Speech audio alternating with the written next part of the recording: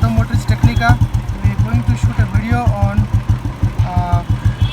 the decibel level of short bottle silencer as well as the OEM long bottle silencer. So we are trying to capture the decibels, amount of noise it is going to create. So the throttle kodi.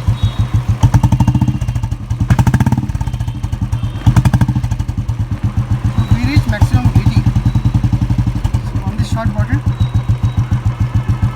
we will replace the silencer and make it as a OEM silencer now. Let's do it. OEM silencer. The difference between these two is it has got two mufflers here for short bottle, that is 1 and 2, and 4 mufflers 1, 2, 3 and 4. So it's 69 to 73 in idling. Raise my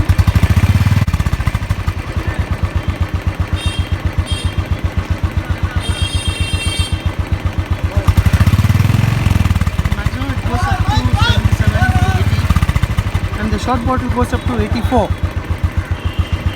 So this is the difference.